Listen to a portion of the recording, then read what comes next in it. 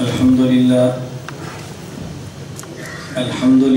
وحده لا شريك له والصلاة والسلام على من لا نبي بعده أما بعد فأعوذ بالله من الشيطان الرجيم بسم الله الرحمن الرحيم فاعلم أنه لا إله إلا الله وقال الله تبارك وتعالى محمد رسول الله اللهم صل على محمد وعلى آل محمد كما صليت على إبراهيم وعلى آل إبراهيم إنك حميد مجيد اللهم بارك على محمد وعلى آل محمد كما باركت على إبراهيم وعلى آل إبراهيم إنك حميد مجيد۔ ہر ابتدا سے پہلے ہر انتہا کے بعد، ہر ابتدا سے پہلے ہر انتہا کے بعد ذات نبی بلند ہے ذات خدا کے بعد۔ دنیا میں جس قدر احترام کے قابل ہیں لوگ، دنیا میں جس قدر احترام کے قابل ہیں لوگ، میں سبھی کو مانتا ہوں مگر مصطفیٰ کے بعد صلی اللہ علیہ وسلم۔ معزز علماء کرام، میرے نہایت واجب الاحترام بزرگوں، مسلک اہل سنت والجماعت احناف دیوبند سے تعلق رکھنے والے دوستوں اور بھائیوں، میں نے آپ حضرات کی خدمت میں دو جگہوں سے قرآن کریم کی تلاوت کی ہے۔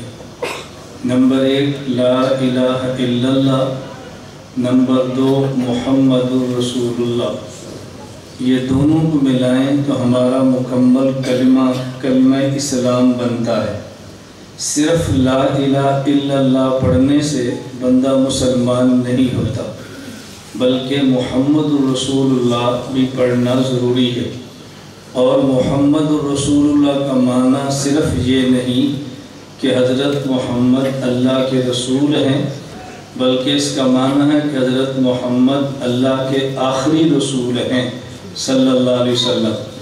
اگر کوئی شخص حضرت محمد کو رسول مانے لیکن آخری رسول نہ مانے تو مسلمان نہیں ہو سکتا۔ تو ہمارے ایمان کے یہ بنیادی جز ہیں۔ نمبر 1 لا الہ الا اللہ، نمبر 2 محمد رسول اللہ۔ یہ بنیادی دو جز کیوں ہیں؟ اللہ رب العزت کی ذات خالق اور ہم مخلوق ہیں، اللہ کی ذات مالک اور ہم مملوک ہیں۔ مخلوق کے ذمے خالق کی بات کو ماننا اور مملوک کے ذمے مالک کی بات کو ماننا فرض ہے۔ کسی شخص کی بات کو ماننے کے لیے دو باتوں میں سے ایک ضروری ہے۔ نمبر 1 جس نے حکم دیا اس کی ذات کو دیکھیں یا اس کی بات کو سنیں، لیکن اللہ کی ذات وہ ہے کہ جسے ہم دنیا میں نہ دیکھ سکتے ہیں اور نہ ہی اس کی بات کو سن سکتے ہیں۔ تو ضروری ہے ہمیں ایسی ذات چاہیے جو اللہ کے اور ہمارے درمیان واسطہ ہو۔ اس ذات کا نام ہے حضرت محمد صلی اللہ علیہ وسلم۔ ہم نے اللہ کی ذات کو نہیں دیکھا، لیکن ہمارے پیغمبر پاک نے اللہ کی ذات کو دیکھا ہے۔ ہم نے اللہ کی بات کو نہیں سنا، لیکن ہمارے محمد پاک صلی اللہ علیہ وسلم نے اللہ کی بات کو سنا ہے۔ اس لیے لا الہ الا اللہ بھی ضروری ہے اور محمد رسول اللہ بھی ضروری ہے۔ دوسری وجہ یہ ہے کہ جب ہم اللہ کی عبادت کریں گے تو اللہ کی عبادت کا مطلب ہے احکام خداوندی کو بجا لانا۔ اللہ رب العزت حکم تو دیتے ہیں، لیکن حکم پر عمل کر کے دینا یہ اللہ کا کام نہیں ہے۔ اللہ یہ تو فرمائیں کہ نماز پڑھو، لیکن نماز کیسے پڑھنی ہے اللہ رب العزت خود نماز پڑھ کے نہیں دکھائیں گے۔ اللہ کا حکم ہے کہ حج کرو، اللہ رب العزت خود حج کر کے نہیں دکھائیں گے، ایسی ذات چاہیے کہ جو نماز پڑھ کے دکھائے، ایسی ذات چاہیے کہ جو حج کر کے دکھائے۔ اس ذات کا نام ہے حضرت محمد صلی اللہ علیہ وسلم۔ اس لیے عبادت دو چیزوں کا نام ہے، نمبر 1 لا الہ الا اللہ جسے حکم خدا کہتے ہیں، نمبر 2 محمد الرسول اللہ جسے طریقہ مصطفیٰ کہتے ہیں۔ اگر آپ میں سے کسی کا تبلیغ کے ساتھ وقت لگا ہو تو بات جلدی سمجھے گا، اگر وقت نہیں لگا تو میں ترغیب دیتا ہوں کہ علماء اپنے کام میں لگے ہیں، قراء اپنے کام میں لگے ہیں، مؤذن مسجد کی اذان دے رہا ہے، یہ سارے دعوت کے شعبے ہیں۔ اور وہ لوگ جو مؤذن بھی نہیں، امام بھی نہیں، قاری صاحب بھی نہیں، مولانا صاحب بھی نہیں، ٹیچر ہیں، پروفیسر ہیں، تاجر ہیں، یا کسی اور کام میں لگے ہیں، ذمہ دار ہیں، مزدور ہیں، تو ان کو چاہیے کہ تبلیغ میں وقت لگائیں اور تبلیغ کے طرز پہ لگائیں۔ اس میں تبلیغ والے ایک جملہ کہتے ہیں، آپ کے گھر آئیں گے، دروازے پہ دستک دیں گے اور یہ کہیں گے کہ ہم نے کلمہ پڑھا ہے لا الہ الا اللہ محمد الرسول اللہ۔ اس کلمہ میں اللہ سے وعدہ کیا ہے تیرے حکموں کو مانیں گے اور تیرے نبی کے طریقوں پر چلیں گے۔ یہ تیرے حکموں کو مانیں گے، یہ ہے لا الہ الا اللہ، اور تیرے نبی کے طریقے پر چلیں گے، یہ ہے محمد الرسول اللہ۔ تو میں سمجھانا یہ چاہ رہا تھا کہ لا الہ الا اللہ بھی ایمان ہے اور محمد الرسول اللہ بھی ایمان ہے۔ ایک تھوڑی سی بات اور سمجھیں، یہ میری ابتدائی بات ہے، اب سمجھیں گے تو آخر تک بیان کو سمجھنا بہت آسان ہوگا۔ میں اچھی طرح سمجھتا ہوں کہ وقت کافی ہو گیا ہے، آپ نے بیانات بھی خوب سنے ہیں، اور آدمی کے دماغ کے کسی چیز کو اخذ اور کنٹرول کرنے کا ایک خاص لیمٹ ہوتی ہے، اس سے زیادہ دماغ چیزوں کو کنٹرول نہیں کر سکتا۔ میں بہت لمبی بات کروں گا تو آپ کے دماغ سنبھال نہیں پائیں گے، اس لیے بہتر ہے کہ میں تھوڑی بات کروں، مدلل کروں اور آپ کے دماغ میں بات بٹھاؤں، لیکن جو میں تھوڑی کروں گا وہ اتنی زیادہ بات کا خلاصہ ہوگا، آپ اس کو پھیلانا چاہیں تو 5 گھنٹے کا بیان بن جائے گا، لیکن میں اس کو سمیٹ دوں گا۔ عقیدے بہت بیان کروں گا، دلائل کی ہی آپ کی خدمت میں پیش کروں گا تاکہ تھوڑے وقت میں ہم زیادہ کام کریں۔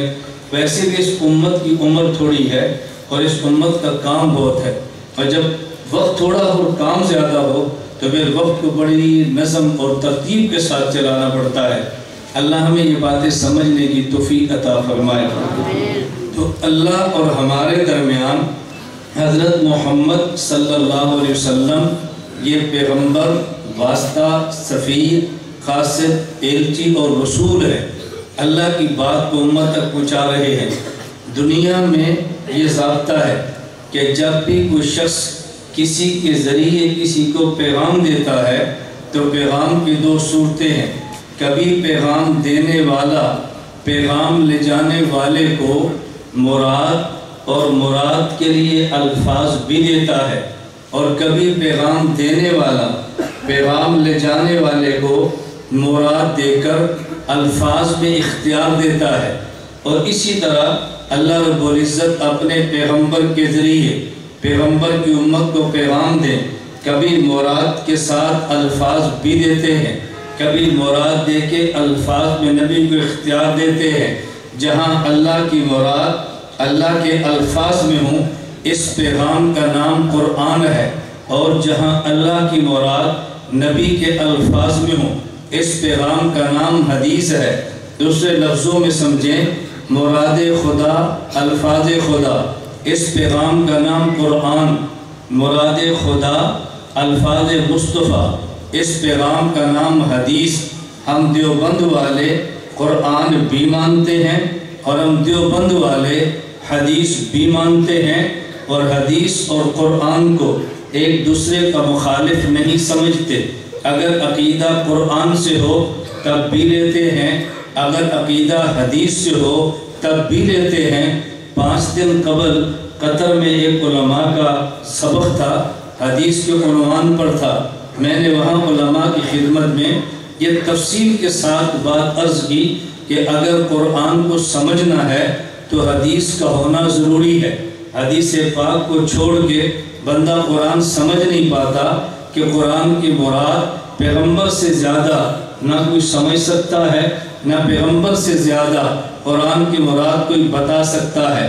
تو مراد خدا، الفاظ خدا، پیغام کا نام قرآن ہے۔ مراد خدا، الفاظ مصطفیٰ، پیغام کا نام حدیث ہے۔ عقیدہ قرآن سے ہو تب بھی مانتے ہیں، عقیدہ حدیث پاک سے ہو تب بھی مانتے ہیں، اور حدیث پاک سے ثابت شدہ عقیدہ کبھی قرآن کے خلاف نہیں ہو سکتا۔ میری بات توجہ سے سمجھنا، حدیث پیغمبر کبھی قرآن کے خلاف نہیں ہو سکتی۔ ہاں کبھی ایسے ہوتا ہے کہ حدیث پیغمبر ہوتی ہے، قرآن کے خلاف نہیں ہوتی، البتہ قرآن کے خلاف نظر آتی ہے۔ اگر حدیث پیغمبر ہو، قرآن کے خلاف نہ ہو، لیکن قرآن کے خلاف نظر آئے تو پھر اہل نظر سے نظر کا علاج کروائیں۔ حدیث قرآن کے خلاف نظر بھی نہیں آئے گی۔ یہ دیوبند والوں پہ اللہ کا خاص کرم ہے، ان کے پاس اہل علم کی دستگاہ بھی ہے، ان کے ہاں اہل نظر کی خانقاہ بھی ہے۔ یہ علم سے عقیدہ پیش کرتے ہیں، خانقاہ سے نظر کا علاج کرتے ہیں۔ ہمارے اہل علم کی دستگاہ بھی ہے اور اہل نظر کی خانقاہ بھی۔ ہمارے ہاں دونوں چیزیں موجود ہیں۔ اگر اہل علم کی دستگاہ ہو، اہل نظر کی خانقاہ نہ ہو تو علم میں خشکی آ جاتی ہے۔ اہل نظر کی خانقاہ تو ہو، اہل علم کی دستگاہ نہ ہو تو پھر وہاں پہ شرک و بدعت ڈیرا ڈال دیتی ہے۔ اعتدال کے ساتھ چلنا ہو تو علم کی دستگاہ بھی چاہیے، نظر کی خانقاہ بھی چاہیے۔ ہم دونوں چیزوں کو لے کر چلتے ہیں۔ اللہ ہم سب کو بات سمجھنے کی توفیق عطا فرمائے۔ میں 2-3 مثالیں دیتا ہوں تاکہ قرآن اور حدیث بھی سامنے آئے، اہل نظر کی نظر بھی سمجھ آئے، اور پھر عقائد بھی ہم سب پہ کھلے۔ ہمارا عقیدہ ہے، توجہ رکھنا، ہمارا دیوبند کا نظریہ ہے کہ اللہ رب العزت نے اس کائنات کو پیدا فرمایا، اور کائنات کو پیدا فرمانے کا سبب حضرت محمد مصطفیٰ صلی اللہ علیہ وسلم کی ذات گرامی ہے۔ دلیل حدیث پاک المستدرک علی الصحیحین میں موجود ہے۔ اللہ کے پیغمبر کے بارے میں انس بن مالک بھی راوی ہے، ابن عباس بھی راوی ہے، دیگر کتب کے اندر بھی روایت موجود ہے۔ فرمائے ان محمدًا قد رأى ربہ، بعض روایات میں ہے رأیت النور العظم، کہ اللہ کے نبی نے اللہ کی ذات کو دیکھ کر، اللہ کے پیغمبر کے بارے میں المستدرک علی الصحیحین میں روایت موجود ہے۔ عمر بن خطاب رضی اللہ عنہ راوی ہے کہ رسول اکرم صلی اللہ علیہ وسلم نے فرمایا، طویل حدیث ہے، میں اس کا خلاصہ پیش کرنے لگا ہوں۔ اللہ رب العزت نے فرمایا، اللہ کے نبی فرما رہے ہیں، اللہ نے فرمایا لولا محمد لما خلقت، اے آدم اگر میں نے محمد کو پیدا نہ کرنا ہوتا میں تجھے پیدا نہ کرتا۔ اب حضرت آدم پیدا ہوئے حضور کی وجہ سے ہے، اور ہم پیدا ہوئے آدم کی وجہ سے ہے۔ آدم اور حوا کا وجود نہ ہوتا ہمیں وجود نہ ملتا، اور یہ دنیا میں جتنی چیزیں ہیں وَالَّذِي خَلَقَ لَكُم مَّا فِي الْأَرْضِ جَمِيعًا، یہ انسان کی وجہ سے ہے۔ جب اللہ انسان کو ختم کرنے کا فیصلہ فرمائیں گے، زمین و آسمان کو ختم کر دیا جائے گا۔ حدیث سے ثابت ہوا کائنات کے پیدا ہونے کی وجہ یہ پیغمبر پاک کی ذات ہے، پیغمبر پاک سبب ہے کائنات کے وجود کا۔ اب اس کے خلاف ایک شخص آیت پیش کرتا ہے کہ جس حدیث سے یہ عقیدہ ثابت ہے، یہ حدیث قرآن کے خلاف ہے۔ قرآن کریم میں ہے فَمَا خَلَقْتُ الْجِنَّ وَالْإِنسَ إِلَّا لِيَعْبُدُونِ، اللہ رب العزت فرماتے ہیں ہم نے انسان کو پیدا کیا ہے اپنی عبادت کے لیے۔ تو قرآن کہتا ہے پیدا کیا عبادت خدا کی وجہ سے، تم کہتے ہو پیدا کیا آمد مصطفیٰ کی وجہ سے، تو حدیث قرآن کے خلاف ہوگی، اور جو حدیث قرآن کے خلاف ہو حدیث کو چھوڑ دیتے ہیں، قرآن کو لے لیتے ہیں۔ میں کہتا ہوں حدیث پیغمبر ہو قرآن کے خلاف ہو، ایسا ہرگز نہیں ہو سکتا۔ یہ حدیث پیغمبر ہے اور قرآن کے خلاف نہیں ہے۔ میں پہلے مثال دیتا ہوں پھر دلیل سمجھنی آسان ہوگی۔ میں آپ کے ہاں ماموں کانجن آیا، بیان کیا، میرے جانے کے بعد 2 لوگوں میں اختلاف ہوا۔ ایک بندہ میرے آنے کے بعد اب اختلاف ہو رہا ہے بھئی مولانا الیاس گمن مامو کانجن یہ جامعہ امام اعظم ابو حنیفہ میں کیوں آئے ہیں؟ ایک لڑکا کہتا ہے جی کیوں آئے ہیں؟ بیان کرنا تھا تبھی تو آئے ہیں۔ دوسرا کہتا ہے چلو مولانا سے پوچھ لیتے ہیں۔ مجھے کہتا ہے جی آپ یہاں پر کیوں آئے ہیں؟ میں کہتا ہوں میں کیوں آیا؟ مجھے مولانا عبدالقدوس گجر صاحب نے دعوت دی ہے، میں تو اس لیے آیا ہوں۔ وہ کہتا ہے دیکھو لے بیان میں اختلاف ہو گیا، یہ لڑکا کہہ رہا ہے بیان کی وجہ سے آئے ہیں اور مولانا کہہ رہے ہیں میں مولانا عبدالقدوس کی وجہ سے آیا ہوں، دونوں کے آپس میں بیان نہیں ملتے۔ شور سنا تو میں پوچھتا ہوں بھئی اختلاف کیا ہے؟ بیٹا کیوں جھگڑتے ہو؟ کہا جی مولوی صاحب آپ کہتے ہیں میں ان کی وجہ سے آیا ہوں اور یہ کہتا ہے بیان کی وجہ سے آئے ہیں۔ میں کہتا ہوں بات تو دونوں کی ٹھیک ہے، آپ نے اس بچے سے پوچھا کیوں آئے؟ اس نے میرے آنے کا مقصد بیان کیا جو کہ بیان کرنا ہے۔ مجھ سے پوچھا کیوں آئے؟ میں نے آنے کا سبب بیان کیا جو کہ میرے میزبان کی دعوت ہے۔ تو میرے آنے کا مقصد وہ بیان ہے، میرے آنے کا سبب وہ میزبان ہے۔ بیان نہ کرنا ہوتا میں تب بھی نہ آتا، میزبان دعوت نہ دیتا میں تب بھی نہ آتا۔ تو میرے آنے کا مقصد میزبان ہے، میرے آنے کا مقصد بیان ہے، میرے آنے کا سبب میزبان ہے۔ ہم نے قرآن سے پوچھا انسان کو پیدا کیوں کیا ہے؟ فرمایا وَمَا خَلَقْتُ الْجِنَّ وَالْإِنسَ إِلَّا لِيَعْبُدُونَ، مقصد عبادت خدا ہے۔ ہم نے پیغمبر پاک سے پوچھا انسان کو پیدا کیوں کیا ہے؟ فرمایا لولا محمد لما خلقتم، آمد مصطفیٰ ہے۔ تو قرآن کریم نے انسان کی پیدائش کا مقصد بیان کیا جو کہ عبادت خدا ہے، اور حدیث پاک نے انسان کی پیدائش کا سبب بیان کیا جو کہ آمد مصطفیٰ ہے۔ مقصد الگ ہوتا ہے، سبب الگ ہوتا ہے۔ میرے آنے کا مقصد بیان ہے، میرے آنے کا سبب میزبان ہے۔ انسان کی پیدائش کا مقصد عبادت خدا ہے، پیدائش کا سبب آمد مصطفیٰ ہے۔ مقصد قرآن بتا رہا ہے، سبب حدیث میں آ رہا ہے۔ اس لیے یہ حدیث قرآن کے خلاف نہیں ہے، دونوں قرآن بھی ٹھیک ہے، حدیث بھی ٹھیک ہے۔ تو ہم قرآن بھی مانتے ہیں، حدیث بھی مانتے ہیں۔ مثال نمبر 2، عقیدہ نمبر 2، ہمارا دیوبند کا یہ نظریہ ہے۔ ہمارے پیغمبر پاک صلی اللہ علیہ وسلم نے اللہ کی ذات کو دیکھا ہے۔ المستدرک الصحیحین میں روایت موجود ہے، الخصائص الکبریٰ میں روایت موجود ہے۔ حضرت عبداللہ بن عباس، انس بن مالک رضی اللہ عنہما صحابہ راوی ہیں۔ ان محمدًا قد رأى ربہ، حضور نے اللہ کی ذات کو دیکھا ہے۔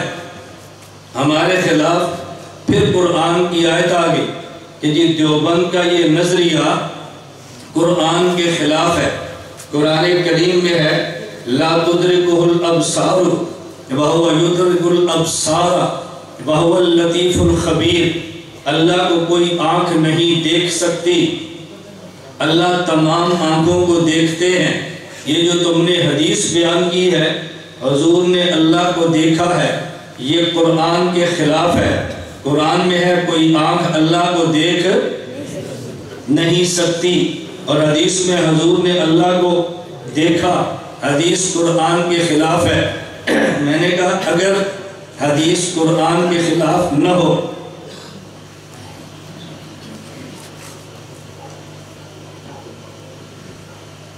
اور یہ قرآن کے خلاف نظر آئے تو اہل نظر سے نظر کا علاج کرواؤ۔ حدیث قرآن کے خلاف نظر نہیں آئے گی، توجہ رکھنا۔ میں اس پر بھی پہلے مثال دے تو بات سمجھ ہے۔ میں نے ایک شخص سے کہا اللہ آپ کو ہدایت دے، پھر جنت الفردوس میں جگہ دے۔ کہا جی آمین۔ میں نے کہا جنت میں جا کے اللہ کا دیدار کرو گے؟ کہا جی کریں گے۔ میں نے کہا کہاں لکھا ہے؟ کہا جی ترمذی میں حدیث موجود ہے، اہل جنت اللہ کا جنت میں دیدار کریں گے۔ میں نے کہا یہ حدیث تو قرآن کے خلاف ہے، قرآن کریم میں کوئی آنکھ بھی اللہ کو نہیں دیکھ سکتی تو تم کیسے دیکھو گے؟ کہا جی آیت کا معنی یہ ہے زمین پہ رہتے ہوئے کوئی اللہ کو نہیں دیکھ سکتا، میں زمین پہ نہیں، میں تو جنت میں جا کے دیکھوں گا۔ میں نے کہا ہم نے کب کہا؟ حضور پاک نے زمین پہ دیکھا ہے، ہم بھی تو کہتے ہیں عرش معلیٰ پہ جا کے دیکھا ہے، ہم بھی کہتے ہیں عرش پہ جا کے دیکھا ہے۔ تو قرآن کریم میں کہ دنیا میں نہیں دیکھ سکتے، حدیث میں ہے عرش پہ جا کے دیکھا ہے۔ تو دیکھو حدیث قرآن کے خلاف نہیں ہے، قرآن اپنی جگہ پر ہے اور حدیث پاک اپنی جگہ پر ہے، حدیث قرآن کے خلاف نہیں ہے۔ ایک شخص کہنے لگا اچھا تو پھر حدیث کے خلاف تو ہے نا؟ صحیح بخاری میں روایت موجود ہے، ام المومنین امی عائشہ رضی اللہ عنہا فرماتی ہیں جو شخص یہ کہے کہ حضور نے اللہ کو دیکھا ہے وہ جھوٹ بولتا ہے، اس کی تصدیق کبھی نہ کرنا۔ یہ بخاری میں روایت ہے۔ میں نے کہا جی ہے، تو پھر حدیث کے خلاف ہو گئی۔ میں نے کہا حدیث کے خلاف بھی نہیں ہے، میں اس پر بھی مثال دیتا ہوں، توجہ سے بات سمجھنا۔ میں محمود کانجن آیا اور بیان کر کے چلا گیا، اور یہ یاد رکھنا میں مغرب کو نہیں آیا، میں زور اثر کے درمیان آیا ہوں۔ میں تقریباً 3:30 بجے یا 4 بجے یہاں پہنچ گیا تھا۔ میری عادت ہے خصوصاً وہ جلسے جو بالکل میرے اپنے ہوں وہاں میں 5 گھنٹے پہلے جاتا ہوں تاکہ میزبان کو خوشی ہو جو مولانا صاحب پہنچے ہیں، اپنا جلسہ جاری رکھیں، مجھے فون نہ کرنا پڑے جی آپ کہاں پہنچے ہیں، کب آئیں گے، ساتھی بہت انتظار کر رہے ہیں۔ آج کے دور میں بہت بڑا عذاب یہ ہے کہ لوگ دیر سے آنے کو پروٹوکول سمجھتے ہیں، وہ بہت بڑا آدمی ہے لیٹ سے آیا ہے۔ میں نے کہا چونکہ ہم بہت بڑے نہیں بہت چھوٹے آدمی ہیں اس لیے پہلے چلے جاتے ہیں تاکہ پتہ چلے بھی آنے والا بڑا نہیں ہے، بہت چھوٹا آدمی ہے۔ جب وہ خود بخدا کر بیٹھا ہوا ہے کہ ہم نے جی کہاں جانا ہے، کہاں ٹھہرنا ہے، تو بات توجہ سمجھنا۔ اب میرے آنے پر 2 لڑکوں میں اختلاف ہوا، ایک کہتا ہے کہ مولانا محمد الیاس بھمن نے مامو کانجن کو دیکھا ہے، دوسرا کہتا ہے جی نہیں دیکھا۔ آپس میں جھگڑا کر رہے ہیں، مولانا تعالیٰ صاحب دونوں کو بلا لیتے ہیں، بھئی تم جھگڑتے کیوں؟ وہ کہتے ہیں استاد جی میں کہ تو مولانا نے مامو کانجن نہیں دیکھا، دوسرا کہتا ہے جی دیکھا ہے۔ اچھا تو کہتا ہے دیکھا، تیرے پاس کیا دلیل ہے؟ کہا جی 3:30 بجے آئے تھے، مولانا کی آنکھیں بھی ہیں، گزر کر شہر کے اندر آئے ہیں، فلاں صاحب کے گھر ٹھہرے تھے، تو دیکھا تو ہے۔ اچھا تو کیسے کہتے نہیں دیکھا؟ وہ کہتا ہے جی مولانا صاحب ایک طرف سے آئے سیدھا گھر میں چلے گئے، رات 10 بجے اسٹیج پہ آئے اور بیان کر کے چلے گئے۔ میرے کہنے کا مطلب یہ ہے کہ مامو کانجن کو پوری تفصیل سے نہیں دیکھا۔ مولانا کہتا ہے بیٹا لڑنے کی تو بات ہی نہیں ہے، تم بھی ٹھیک کہتے ہو، یہ بھی ٹھیک کہتا ہے۔ جو کہتے ہیں دیکھا ہے وہ کہتا ہے اجمالاً دیکھا ہے، جو کہتا ہے نہیں دیکھا وہ کہتا ہے تفصیلاً نہیں دیکھا۔ اب دیکھو آپ میں سے کتنے لوگ یہاں آئے ہیں، صبح کو بندہ پوچھے رات کہاں جلسہ تھا؟ امام اعظم ابو حنیفہ۔ اچھا یہ بتاؤ وہاں پنکھے کتنے تھے؟ کوئی یار مجھے تو یاد نہیں، تو جھوٹ بولتے رات تم گئے تھے، تم پنکھے تھے پتہ نہیں کتنے۔ آپ کہتے ہیں یار میں گیا تھا لیکن پنکھے نہیں دیکھے، علماء کو دیکھتا رہا۔ اچھا یہ بتاؤ وہاں کمرے کتنے تھے؟ یار میں کمرے دیکھنے گیا تھا، میں تو جلسہ سننے گیا تھا۔ اب بات سمجھ آ رہی؟ تو جس نے کہا کہ مامو کانجن دیکھا ہے اجمالاً، جس نے کہا نہیں کہا تفصیلاً، انس بن مالک فرماتے ہیں حضور نے اللہ کو دیکھا ہے اجمالاً، امی عائشہ فرماتے ہیں نہیں دیکھا تفصیلاً۔ امی عائشہ بھی ٹھیک ہے، انس بن مالک بھی ٹھیک ہے۔ ہم کہتے ہیں حدیث کو قرآن سے مت لڑاؤ اور حدیث کو حدیث سے نہ لڑاؤ، یہ لڑانے والے کام کو چھوڑ دو۔ دیوبند والے لڑانے والے نہیں ہیں، ہم توڑتے نہیں ہیں، امت کو جوڑتے ہیں۔ میں اس لیے سمجھا رہا تھا، چلے ایک عقیدہ اور سن لو۔ ہمارا عقیدہ ہے انبیاء علیہ السلام اپنی قبروں میں زندہ نماز پڑھتے ہیں۔ حدیث پاک میں ہے الانبیاء احیاء فی قبورہم یصلون، نبی قبروں میں نماز پڑھتے ہیں۔ ایک بندہ کہتا ہے جس حدیث سے یہ تمہارا عقیدہ ثابت ہے کہ نبی قبر میں نماز پڑھتے ہیں، یہ تو قرآن کے خلاف ہے۔ قرآن کریم میں ہے وَاعْبُدْ رَبَّكَ حَتَّى يَأْتِيَكَ الْيَقِينُ، میرے پیغمبر آپ نماز پڑھیں، موت آنے تک عبادت کریں، موت آنے تک، یا یقین کا معنی موت ہے۔ تو قرآن کہتے ہیں موت تک نماز پڑھیں، تم کہتے ہو موت کے بعد بھی پڑھتے ہیں، اور یہ حدیث سے ثابت ہے، تو یہ حدیث تو قرآن کے خلاف ہوگی۔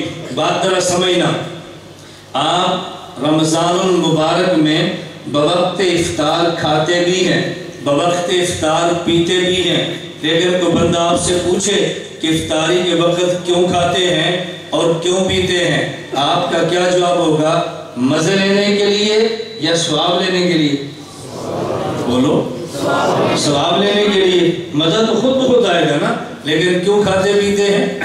ثواب لینے کے لیے۔ اچھا، اگر سورج غروب ہو جائے، آپ کے پاس پانی موجود ہے پھر بھی نہ پیئیں تو ثواب ہوگا یا گناہ؟ اب گناہ ہوگا، کیوں نہیں پی رہے، کیوں نہیں کھا رہے؟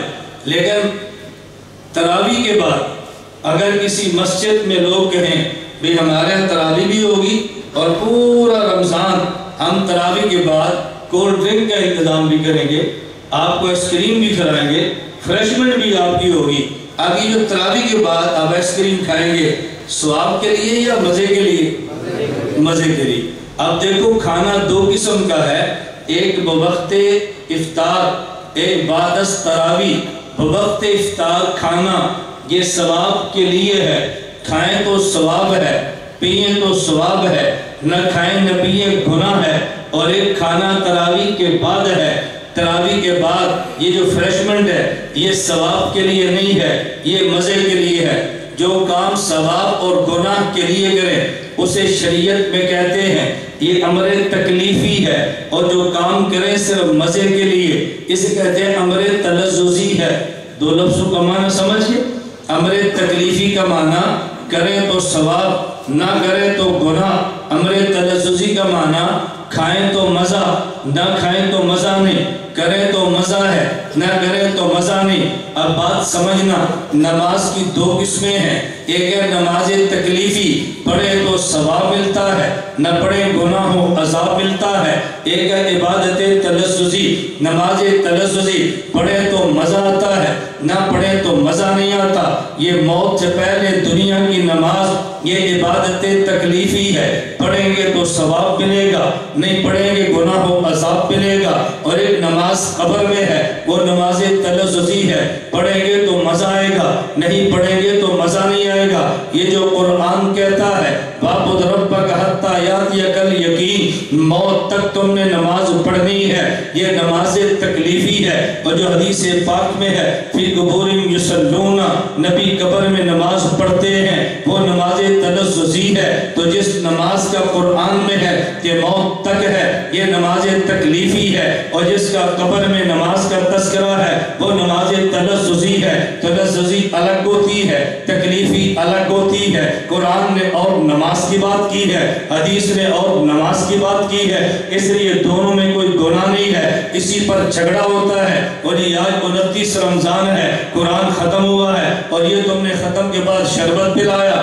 یہ بدعت ہے، یہ تم نے مٹھائی کھلائی، یہ بدعت ہے۔ اور بھئی بدعت تو تب بنے جب ہم مٹھائی کو ثواب سمجھے، بدعت تو تب بنے جب شربت کو ثواب سمجھے۔ ہم تو مزہ لینے کے لیے کھا رہے ہیں، مزہ لینے کے لیے پی رہے ہیں۔ مزے کے لیے کھانا یہ بدعت کیسے ہے؟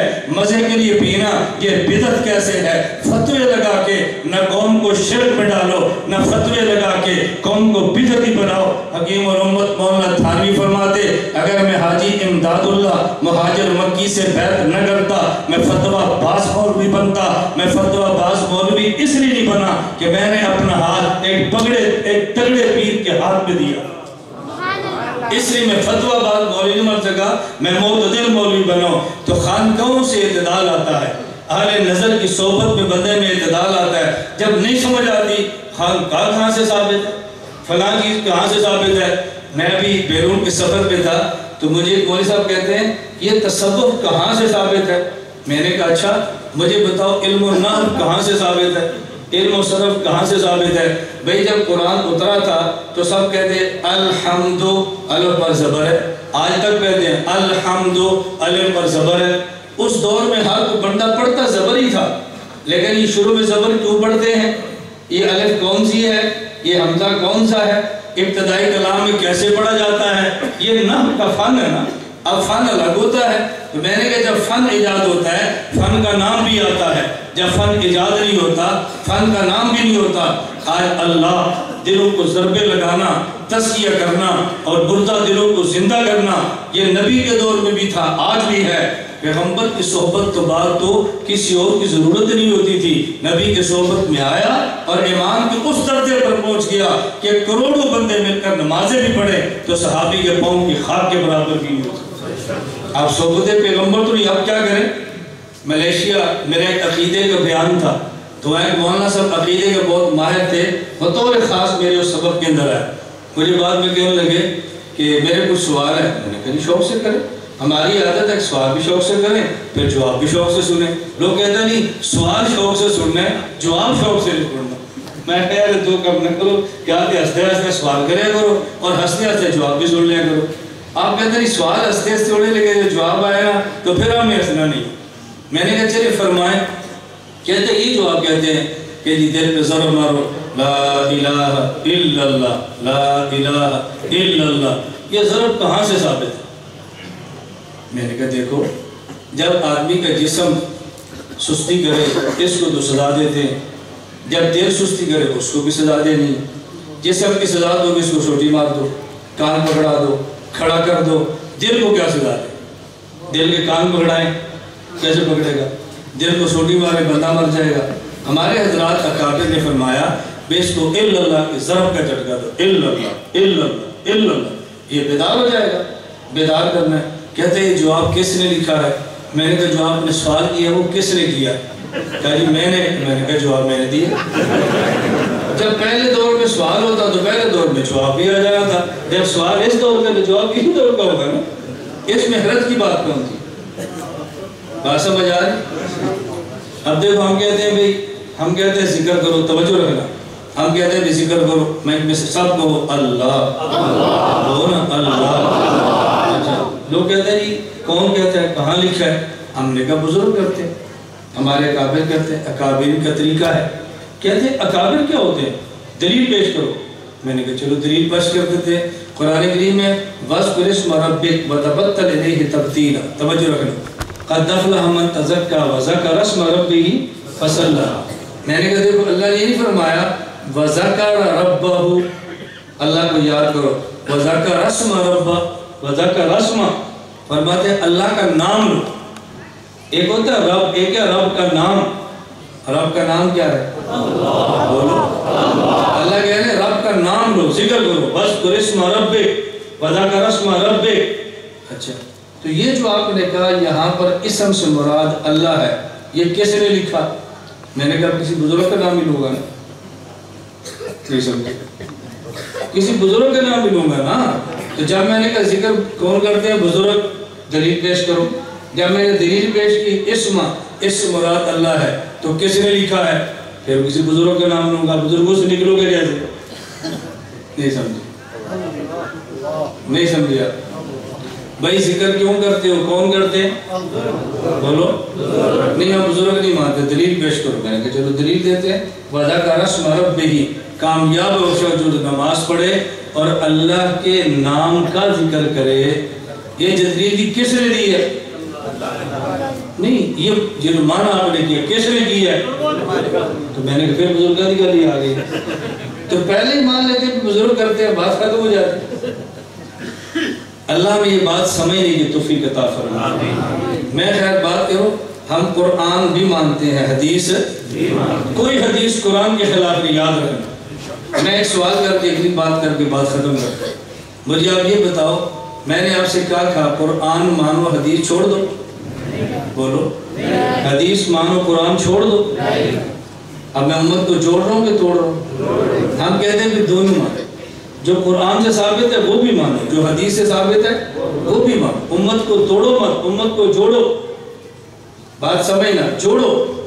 اور یہ امام اعظم ابو حنیفہ جن کے نام پہ یہ ادارہ ہے، ان کا کمال یہ تھا وہ جوڑتے تھے، احادیث جمع کرتے تھے۔ زیادہ میں وقت نہیں دیتا، پھر مثالیں دوں گا، بات لوگ بھی شروع ہو جائے گی۔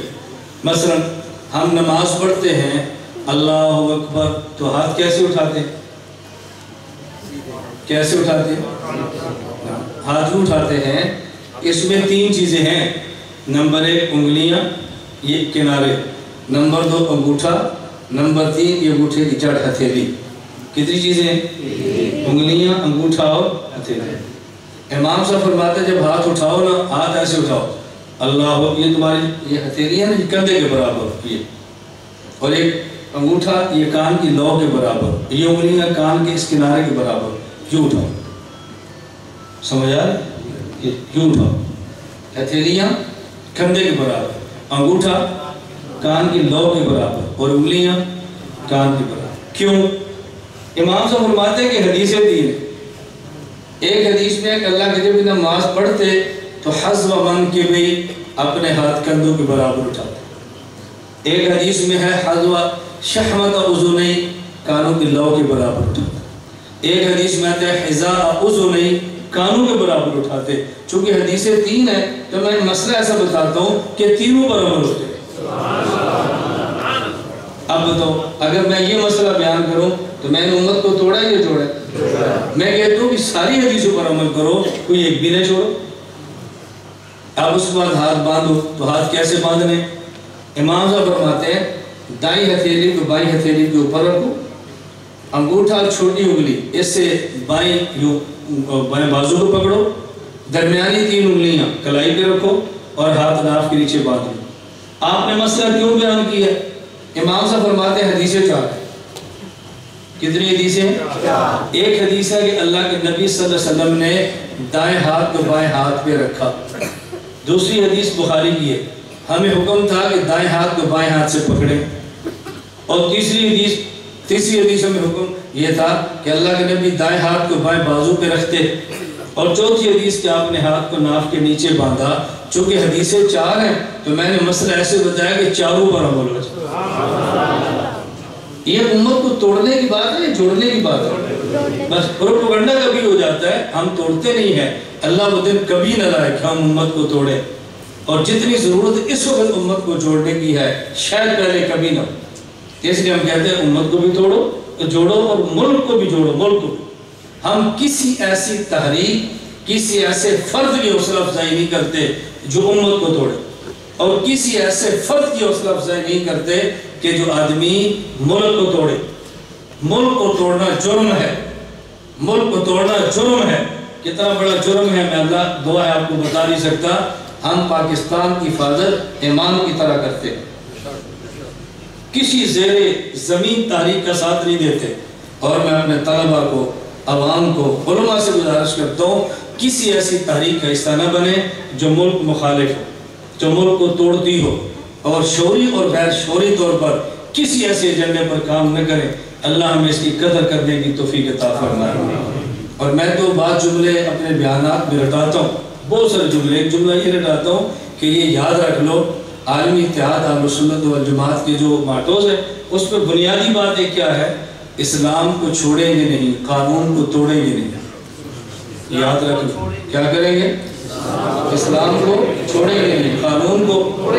اسلام چھوڑیں گے تو جہنم میں جائیں گے، قانون توڑیں گے تو جیل میں جائیں گے۔ ہم چاہتے ہیں جیل میں بھی نہ جاؤ، جہنم میں بھی نہ جاؤ، اس لیے ہم کہتے ہیں اسلام کو چھوڑیں گے نہیں، قانون کو توڑیں گے نہیں۔ اور آپ یاد رکھیں، ہم اپنے بیانات میں بھی کہتے ہیں، دعاؤں میں کہتے ہیں، جس طرح مسجد، مدرسہ، خانقاہ، تبلیغی مرکز کے لیے دعا کرتے ہو، اسی طرح اسکول، کالج، یونیورسٹی اور دکانداروں کے لیے بھی دعا کرو۔ مسجد مدرسہ بھی ہمارا ہے، خانقاہ مرکز بھی ہمارا ہے، اور اس کے بعد اسکول، کالج، یونیورسٹیاں یہ بھی ہمارے بچوں کی ہیں۔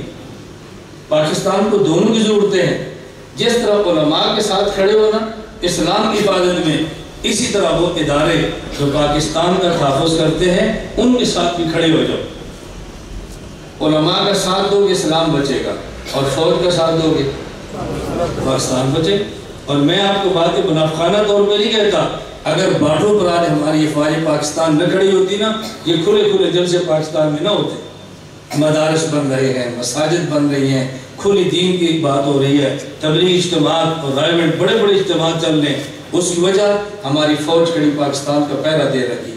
اللہ ہم سب کو یہ باتیں سمجھنے کی توفیق عطا فرمائے۔ اور میں اس لیے دو چار باتیں عرض کی ہیں کہ بس جوڑنے کی بات کریں، توڑنے کی بات نہ کریں۔ امام اعظم ابو حنیفہ رحمۃ اللہ علیہ کا نام ہی جوڑ والا ہے، نام ہی جوڑ والا ہے۔ یہی وجہ ہے مدینہ منورہ اللہ آپ کو لے جائے، اللہ آپ کی برکت سے مجھ نلائق کو بھی لے جائے۔ آپ مدینہ منورہ جا کر دیکھیں، روضہ رسول کو بالکل سامنے